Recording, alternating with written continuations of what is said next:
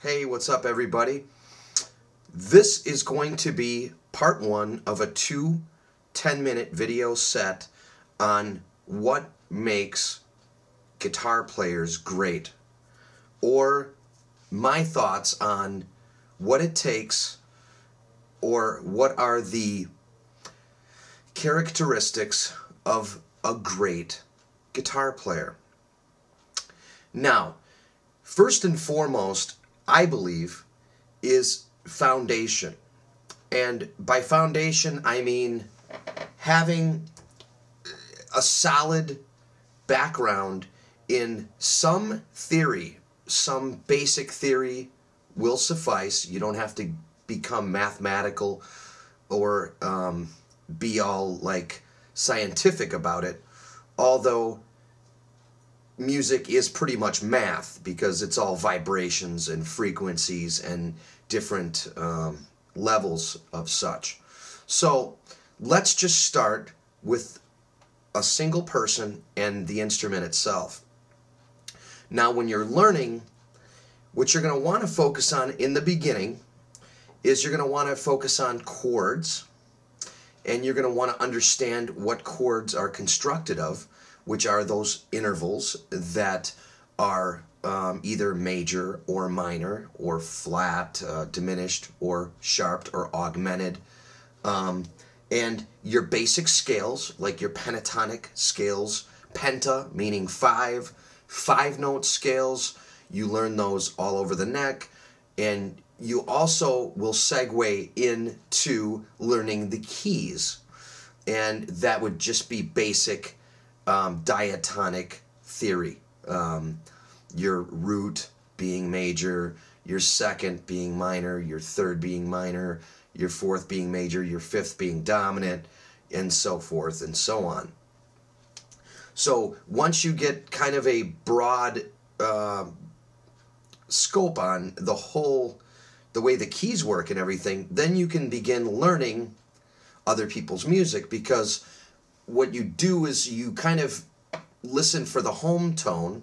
At least I would. You listen for that main home note that the particular song is kind of staying in, and then you use that knowledge that you learned previous with the pentatonic scales and your diatonics and how the chords work and what value of a chord is in that particular key, and then your modes and all that work into helping you learn the actual song.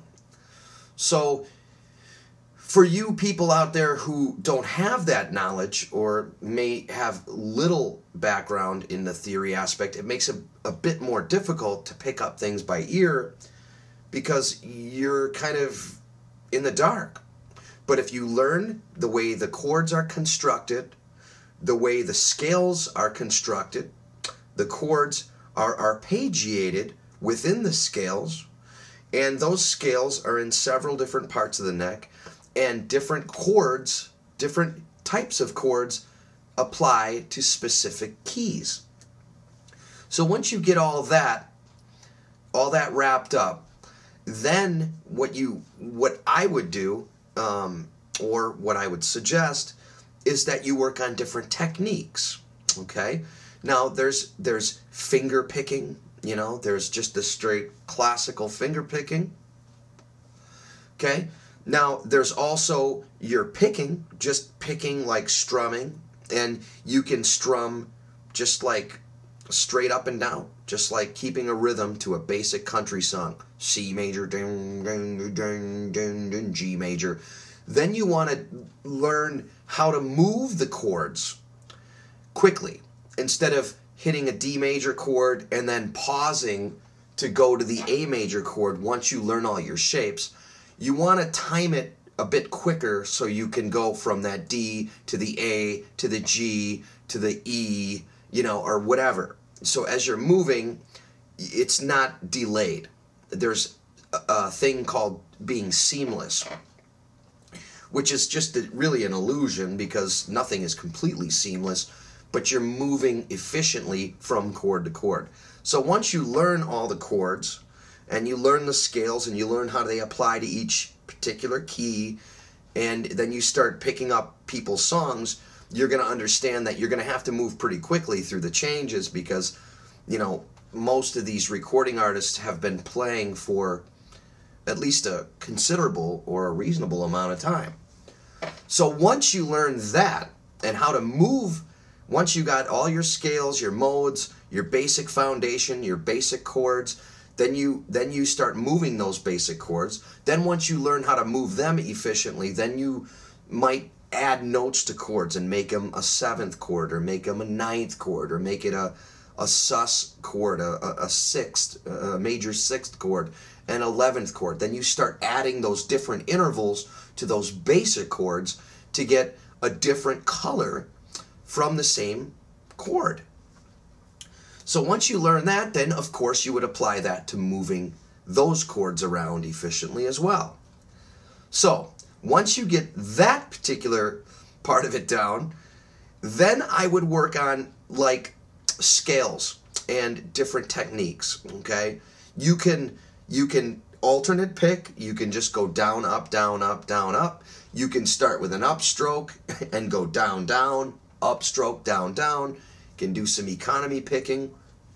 You can really figure out whatever works for you. Now, when you're working on the scales, I suggest that you use different rhythmic counts, different notes in different clusters. So let's say I would go triplets. I'd go 1 2 3 1 2 3 1 2 3 1 2 3 1 2 3 1 2 3 1 2 3 1 2 3 all the way up the scale. Then I would practice going 4 notes at a time up the scale. 1 2 3 4 1 2 3 4 1 2 3, and however you want to pick that, that's fine. Then you can do 5. 1 2 3 4 5 1 2 3 4 5, right? Or 6. 1 2 3 4 5 6. Work those up to speed. Then you could do 7, 8, 9, however many different clusters you can have yourself become accustomed to doing. Then you mix them all up. So then your scales mix up a little bit. And another thing, once you know those different counts and you kind of get a synchronization happening between this hand and this hand, you know your scales, okay? So you also know those chords that apply to those particular scales. And then you also know those extra notes that you added to the chords to make them a bit more colorful. And those might be notes that you would center around or focus on when you're comping, or when you're improvising, or just sitting down trying to come up with an interesting melody. So then you would, like, knowing that a particular note has a certain value, then you would know to maybe emphasize that in your phrasing. Now, by phrasing, I mean when you're creating your melodic movements within those scales, you're going to be touching on specific notes. And you know, hopefully you become comfortable enough with those fingerings once you learn, let's say, 3 notes a string, 4 notes per string, scales, 2 notes per string, scales, and so forth. Then you'll have that feel to where you'll be moving around and jumping around, and you'll be able to find the right notes. Now, that is pretty much everything in a nutshell for this first video. Now, the next video, I'm going to go into a little bit more detail on other things that I believe would make you a great player. And in the next video, we're going to actually, I'm going to do some name dropping, and I'm going to turn you all on, if you aren't already, to some players that I feel have many different facets, you know, if not most of the fundamental and interesting facets to their playing. This is the end of part 1. I'll see you in part 2.